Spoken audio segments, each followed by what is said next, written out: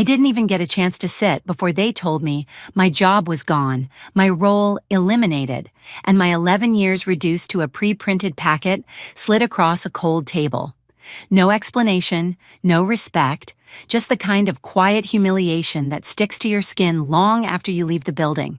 But here's the thing they didn't know. Buried deep in the fine print of a contract they forgot I still had, something powerful was waiting for me. If stories like this hit home, subscribe and tell me in the comments if you've ever been blindsided at work. I knew something was wrong the moment my phone vibrated with a calendar ping at 9:23 a.m. Not 9 wow, not 9:30, but a strange surgical time that felt designed to catch me off guard. I stared at the screen, feeling a slow tightening in my chest as the subject line burned into my eyes. Compliance alignment discussion.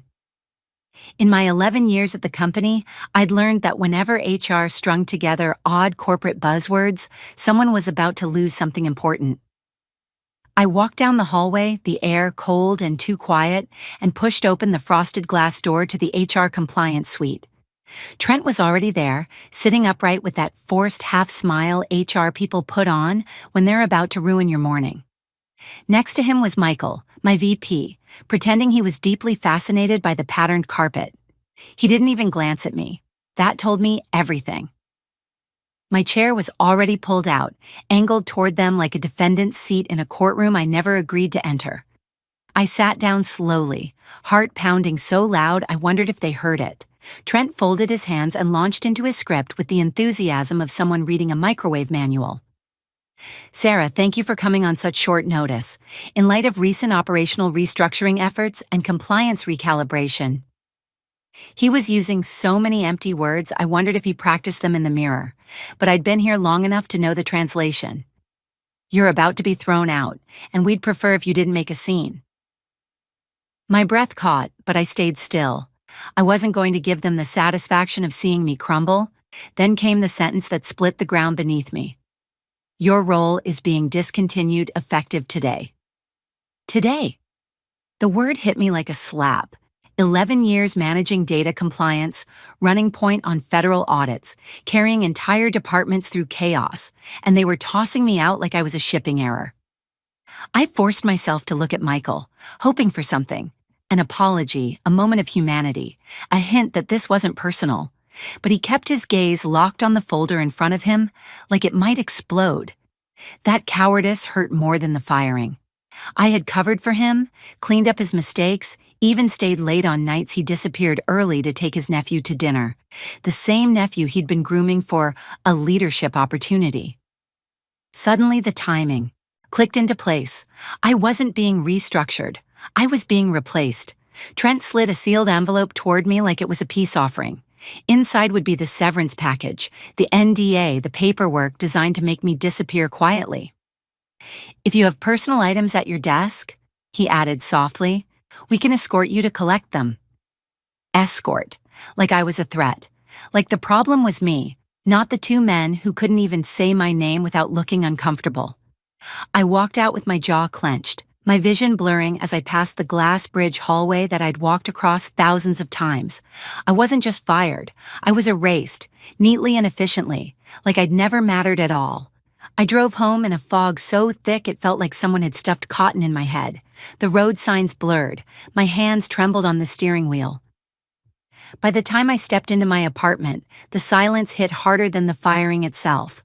I dropped my keys on the counter, sank onto the couch, and just sat there staring at the wall like it might explain something. Losing a job after 11 years doesn't feel like a clean cut. It feels like someone quietly unscrewed the bolts holding your life in place and let everything collapse in slow motion. I kept replaying the moment they said effective today, the casual way they ended a decade of loyalty like it was an administrative update. But then another kind of sting began to creep in. The sting I knew my viewers would understand deeply, the kind you see in the comment section every time I tell a story like this. The way they looked at me today, like I was past my prime, like my experience was suddenly a burden instead of an asset. I could hear the voices of so many people who've messaged me saying they were replaced by someone younger, cheaper, flashier, someone who didn't know half of what they knew, but somehow checked the right boxes for leadership. And age doesn't even have to be spoken out loud. It's in the way they start inviting younger hires to strategy meetings you used to run, the way they call you steady instead of talented, the way they treat your years of service like something dusty that needs to be swept aside. I felt every one of those unspoken insults settling on my shoulders. I wasn't just fired, I was dismissed, minimized, downgraded. I stood up and wandered to my desk where my frame certification sat beside a dried plant I kept forgetting to throw away. All those nights I stayed late documenting compliance reports, building risk models, writing procedures that kept the company safe, and today, I was worth nothing more than a pre-written envelope. People always say, don't take it personally, but the truth is losing your job is always personal. It's your time, your energy, your paycheck, your identity. I thought about the viewers who comment things like, my boss said I was too slow to adapt, or they hired someone half my age to do the job I built. As I stood in the middle of my apartment, the weight of 11 years pressing down on me, I realized something I've never said out loud. The worst part of getting fired isn't losing the job. It's losing the illusion that loyalty protects you. And once that illusion breaks, something else grows in its place. Not hope, not yet. Something sharper, something that waits. I didn't sleep that night, not even a little. My mind spun in a tight, anxious loop that refused to let me rest. Every time I shut my eyes, I saw Trent's practiced HR smile and Michael staring at the carpet like a guilty child. Around midnight, I gave up pretending I'd get any rest and started tearing through the stack of documents they'd stuffed into that envelope. Severance terms, health coverage, NDA language so suffocating it felt like someone wrapping tape around my mouth. None of it gave me answers, only more proof that they wanted me gone quietly. Somewhere around 1:30 a.m., the numbing anger turned into an itch under my skin. I needed to do something with my hands, anything. So I pulled out my old box of paperwork, the kind of things people tell you to keep just in case, the kind of things most people forget about until a crisis rips open their filing cabinets. I spread everything across my living room floor: old performance reviews, procedural binders, outdated compliance manuals, audit summaries I'd once been proud of. I fed them one by one into my shredder, letting the machine chew through pieces of my career like it owed me interest. The whirring sound was oddly soothing. For a moment, it felt like I was taking back control. Somewhere between the 2017 infrastructure upgrade proposal and the emergency audit checklist I wrote during a blizzard, the shredder groaned and jammed. A light blinked accusingly. It felt like even the machine was telling me to stop and breathe. So I sat on the floor, surrounded by half-shredded documents and the bitter smell of overheated plastic. My eyes drifted to the one folder I hadn't touched, a thin leather portfolio I hadn't opened in years. It was tucked behind a stack of unused envelopes, almost hidden. I pulled it toward me, my hands trembling slightly, and opened it. Inside was my original job offer, March 4th, 2013.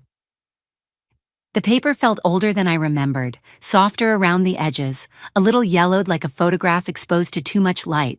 I expected nothing from it, just memories of the day I'd escaped a miserable job and thought I'd finally found stability.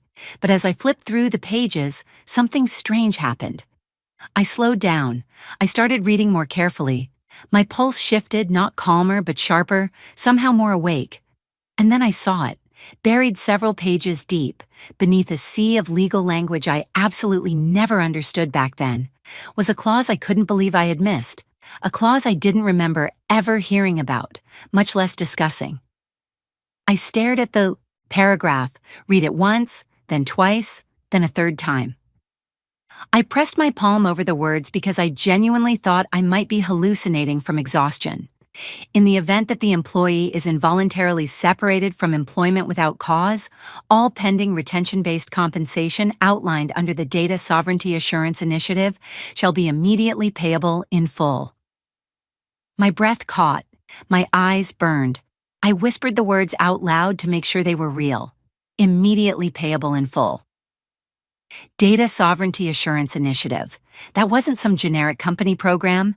That was the federal compliance project I led 3 years ago, the one that forced the company to overhaul its entire data retention architecture, the one the government funded, the one tied to strict legal obligations. And the compensation? It wasn't stock. It wasn't performance bonuses. It was a retention payout designed to keep the project's architect, that's me, from leaving during mandatory audit cycles. A payout they were required to disclose if triggered. A payout that had never expired. A payout that Michael, in all his hasty negligence, clearly had no idea existed when he fired me. My heart began pounding so hard I had to put the contract down. This wasn't just a clause. This was leverage. This was power. This was the storm on the horizon they never saw coming. I grabbed my phone and snapped photos of the entire clause, then took a video for good measure because I didn't trust anything anymore. Not my phone, not my memory, not the universe. As I sat alone on the floor at 4:12 a.m., surrounded by shredded pieces of my old life, I realized something that made my breath go still. They thought firing me was the end of the story. But they were wrong. It was the beginning of theirs. And I suddenly had the one thing they feared most. Proof. By the time the sun dragged itself over the Seattle skyline, I had already showered, dressed, and printed the clause 3 different ways, color-coded, highlighted, and double-spaced, because exhaustion had turned me into a paranoid archivist. I don't know what I expected from an employment lawyer who specialized in cases no one wanted to touch, but I definitely wasn't prepared for Ava Merritt. Her office sat beneath a refurbished warehouse in Capitol Hill, wedged between a tiny espresso shop and a tattoo studio that smelled like disinfectant and rebellion. I pushed open the heavy metal door, expecting some slick, modern workspace, like the ones plastered on the websites of corporate firms. Instead, I stepped into a room that looked like it had fought several battles and won most of them. Towers of case files leaned like they were conspiring. A fan hummed in the corner with all the enthusiasm of a dying airplane engine. And behind a scuffed wooden desk sat a woman in a denim jacket and black boots, tapping a pen like she was interrogating it. She didn't look up when I walked in. "You Sarah?" she asked, voice flat, eyes still on the stack of papers in front of her. "Yes," I said, clutching my binder so tight my fingers tingled. "Good," she muttered. My 9 a.m. flaked because his boss told him to be a team player and accept a demotion. I told him to sue. He told me suing felt confrontational. I hung up. She finally lifted her eyes, dark and sharp like she'd seen every corporate trick in the book and had annotated the margins. "Paperwork," she demanded. "No hello, no small talk, just business." I handed her the binder and she flipped through it faster than I thought humanly possible. Audit reports, compliance summaries, termination forms, then finally the contract. The moment she reached the clause, she stopped. Her entire posture changed. She leaned back in her chair, lips slowly pulling into a grin that looked almost dangerous. "Well," she said, tapping the page with her pen, "they made a spectacular mistake." My heart jerked. "It's real? It still applies?" Ava laughed, not kindly, not softly, but with the satisfied amusement of someone who had just found the last piece of a puzzle designed by idiots. "Oh, honey," she said, "not only does it apply, it's enforceable. It's binding, and it's going to make someone in that building cry." She explained everything in crisp, vicious detail. The retention payout wasn't optional. It wasn't discretionary. It wasn't tied to performance. It was mandated by the federal contract they accepted when I led the Data Sovereignty Initiative. If they terminated me without cause, which they explicitly documented, they triggered the payout. And because it fell under a federal funding oversight category, failing to mention it in my exit paperwork wasn't just sloppy. It bordered on concealment. "They fired the wrong person," Ava said, closing the folder with a soft thud. "And they didn't read their own obligations. Classic." I felt something shift inside me, not relief, not triumph, but a sharp sense of purpose. "What do we do?" I asked. Ava smirked. We educate them, calmly, legally, and with enough precision to make their general counsel rethink his life choices. She pulled out a legal pad and started writing fast and unforgiving. "You're not asking for anything unreasonable," she said without looking up. "You're demanding what they owe you, and when they realize how badly they've mishandled this, they'll panic. Trust me." For the first time since the 9:23 a.m. ambush, I took a full breath. This wasn't just a fight anymore. It was a reckoning. And Ava? She wasn't just my lawyer. She was the storm. Ava told me she'd send the notice at exactly 8:58 a.m. the next morning. She said it with the same tone a surgeon might use before making an incision. Steady, clinical, absolutely certain. I nodded like I was prepared, but the truth was, I barely slept. I lay in bed staring at the ceiling waiting for dawn, like it was a court date. When morning finally came, I made coffee I didn't drink, sat on my couch in the same spot I'd melted into 2 days before, and opened my laptop. At 8:57, I felt my pulse in my throat. At 8:58, Ava's email was officially launched into the world, a quiet little missile disguised as polite legal correspondence. Her exact words before hitting send echoed in my head. "They won't reply right away. Silence means they're scrambling. Let them." So I waited and waited and waited. The seconds felt like they'd been dipped in glue. At 9:10, I refreshed my inbox. Nothing. At 9:45, still nothing. At 11:30, my nerves were vibrating like a live wire. By 12:30, I had convinced myself my internet was broken. I toggled my Wi-Fi on and off 7 times before pacing into the kitchen and eating half a granola bar out of nervous spite. I wasn't sure who I was punishing. By 2 SAO, I had checked LinkedIn twice, scrolled through company activity, and even clicked on Michael's profile just to see if he'd posted anything stupid like a motivational quote about leadership. He hadn't. He hadn't been active for hours. That was unusual. Very unusual. And then at 2:17 p.m., my phone buzzed. I grabbed it so fast I almost dropped it, only to see a message from Mila, my former co-worker from internal comms. A single word, girl, no punctuation, no context, just girl. My stomach flipped. Another message followed almost immediately. "You didn't hear this from me." Then a third, "But something is happening, big." I stared at the screen until my vision blurred, torn between dread and anticipation. Mila wasn't dramatic. Mila was the person you called when you needed clarity, when you needed things said plainly. If she said big, she meant catastrophic. I typed, "What did you hear?" She replied with, "Can't text, too risky." And that was the last thing she sent. The silence that followed had weight. Heavy, trembling weight.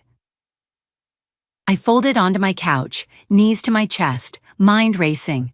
They must have seen the clause. They must have realized what it meant, that the payout wasn't optional, that it wasn't some small oversight they could bury in HR paperwork. This was federal compliance money, the kind of money that required documentation, audits, and oversight. The kind of money that triggered automatic reporting if mishandled. A payout they never disclosed.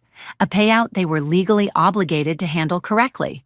Which meant that firing me without acknowledging it wasn't just unfair. It was dangerous. For them, and for Michael, and for Trent, and for anyone who'd signed off on the termination. My phone rang the next morning at 6:52 a.m. I almost didn't answer because I assumed it was spam or some automated reminder about car insurance. But then I saw the caller ID. Michael, my former boss, the same man who couldn't look at me when he ended my career. I answered without saying anything. He didn't wait. "Sarah," he began, sounding out of breath and absolutely nothing like the polished VP who once gave a speech about integrity. "What did you do?" His voice wasn't angry. It was panicked. Genuinely panicked. I leaned back against my pillows, forcing my own voice to remain steady. "Good morning, Michael."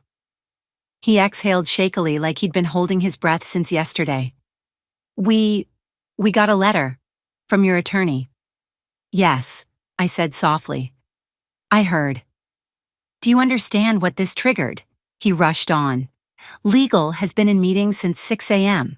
Compliance is threatening escalation. The CFO is furious, and Trent—" He stopped, groaning into the phone. Trent is losing his mind. A slow, controlled breath left my chest. They were scrambling, they were terrified. And for the first time since the 9:23 a.m. ambush, I didn't feel powerless. I felt inevitable. The meeting invitation landed in my inbox with the kind of forced politeness that tries to hide a bruise. Request for clarification discussion Thursday 10 a.m. No sender name, no real subject. Just a digital white flag pretending it wasn't surrender. Ava read it once, scoffed, and said, "They want you on their turf because they think it gives them the upper hand. It won't." So Thursday morning, I walked into the same building where they'd fired me 3 days earlier. But this time, I didn't feel small. I didn't feel erased. I felt sharpened. Ava walked beside me, her steps crisp and unhurried, carrying a binder so thick it looked like she'd weaponized a filing cabinet.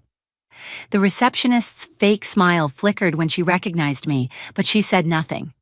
People rarely do when they sense the balance has shifted and they're not sure which side they should be afraid of. Conference room 14B used to be my space. I'd led training sessions here, compliance briefings, audit prep meetings. Now it felt like enemy territory, but only for them. The tension hit before the door even closed. The CEO, Colton Reyes, sat at the head of the table, hands clasped like he was praying to the gods of corporate damage control. His usually immaculate hair looked a little too stiff, like he'd been running his hand through it all morning before giving up and drowning it in product. Trent was there too, pale and blotchy, like someone had told him the word audit 12 times in a row. Next to him sat 2 attorneys I had never seen before, one with a twitch in his jaw, the other already sweating. And then there was Michael. He didn't look at me. He didn't look at anyone. He stared straight ahead as if eye contact would shatter him. Ava slid into the seat beside me and placed the binder on the table with a satisfying thud. Colton cleared his throat, attempting a smile that didn't reach his eyes. "Sarah, thank you for meeting with us. We're hoping to resolve this matter cooperatively." Ava didn't give him a chance to. "Continue." "Then let's start with what you failed to include in her termination paperwork." She flipped open the binder, revealing the clause in all its highlighted, annotated glory. "Your company accepted federal funding under the Data Sovereignty Assurance Initiative.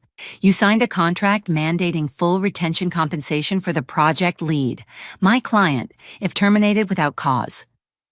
The sweating attorney leaned forward. "We're not disputing the existence of the clause." "Good," Ava cut in, "because disputing it would be hilarious." A ripple of tension passed around the table. Colton attempted another smile, weaker this time. "Our intention wasn't to overlook anything. We were acting on standard internal procedure." "Standard procedure?" Ava repeated slowly, like she was tasting something bitter. "Your standard procedure violates federal guidelines?" Trent twitched. The twitching attorney twitched harder. Colton exhaled. "We're prepared to offer a financial settlement to correct the oversight." The other attorney slid a folded paper toward us. "I didn't touch it. Ava didn't touch it." So he unfolded it himself and read the number aloud. It was a joke, a pretty expensive joke, but still a joke. Ava didn't even blink. "That amount wouldn't cover half of what she's owed." The lawyer opened his mouth, ready to argue. Ava continued before he could inhale. "And we're not accepting an NDA." That got their attention. 3 heads snapped up. Trent's eyes widened like someone had just pulled the fire alarm. "NDA is standard," he sputtered. "Say standard again," Ava said calmly, "and I'll request your training logs during discovery." He swallowed whatever excuse he was about to offer. Colton clasped his hands tighter. "What exactly do you want?" He wasn't speaking to Ava now. He was speaking to me. And that, more than anything, told me the shift was complete. I leaned forward, my voice steady. "I want what I'm owed.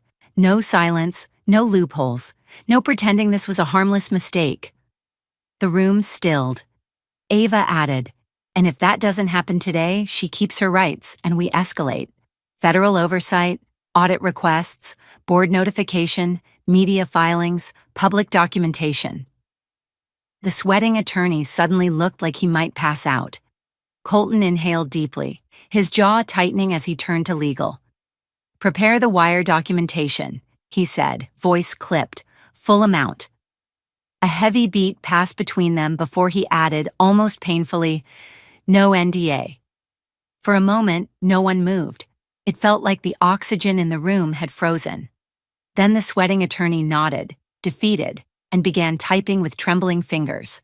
The meeting ended with no handshakes, no apologies, just the sound of three people realizing they'd underestimated the wrong woman. As Ava and I walked out of conference room 14B, I glanced once over my shoulder. Michael was still staring at the table, unable to lift his head. And for the first time since the 9:23 a.m. ambush, I felt something warm bloom in my chest. Not revenge, not triumph, just clarity. They had tried to erase me, but I was the one who walked out whole, while they were left dealing with the mess they created. The wire hit my account just after 4 p.m., a quiet digital confirmation that felt almost unreal. No confetti, no celebration tone, just a simple notification with more zeros than I had ever seen in my life.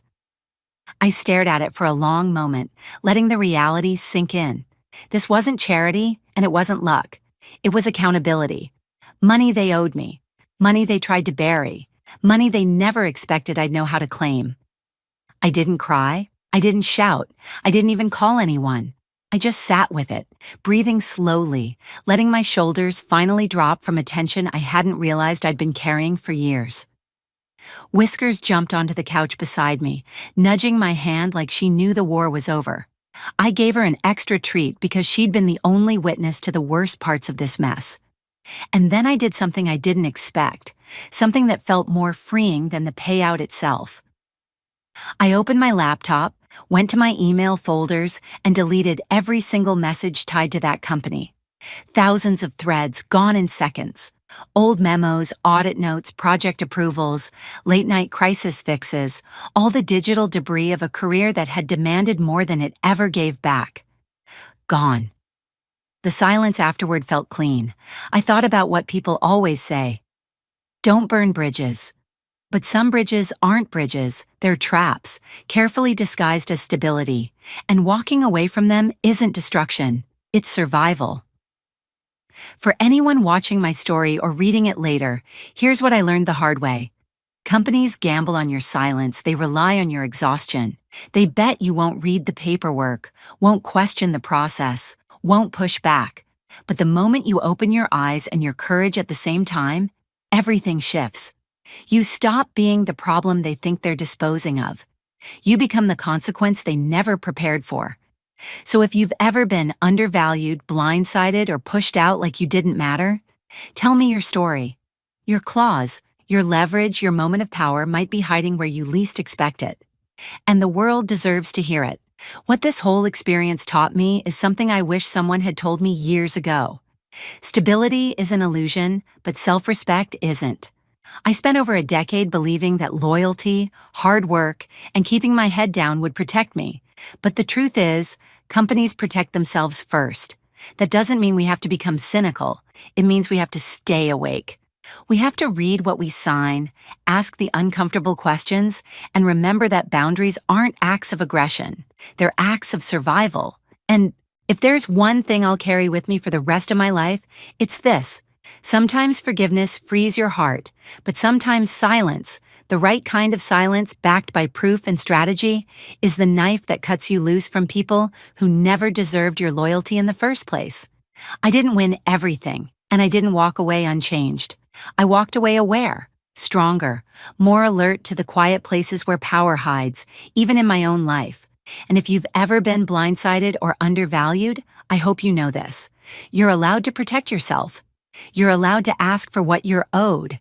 You're allowed to say no. Life now is full of fine print, legal, emotional, relational, and the more carefully we read it, the less likely we are to accept anything that diminishes us. My advice? Start small. Today, look at one agreement, one boundary, one situation you've been avoiding. Read it, question it, adjust it. You don't need a crisis to start paying attention. You just need the decision to stop letting other people define the limits of your worth. How to get started today. Review one document you've signed in the last year. Make a list of 2 boundaries you've been ignoring. Spend 10 minutes researching your worker rights in your state. And if this story resonates with you, share your experience in the comments, subscribe for more, and tell someone who needs to hear it that their story still has power.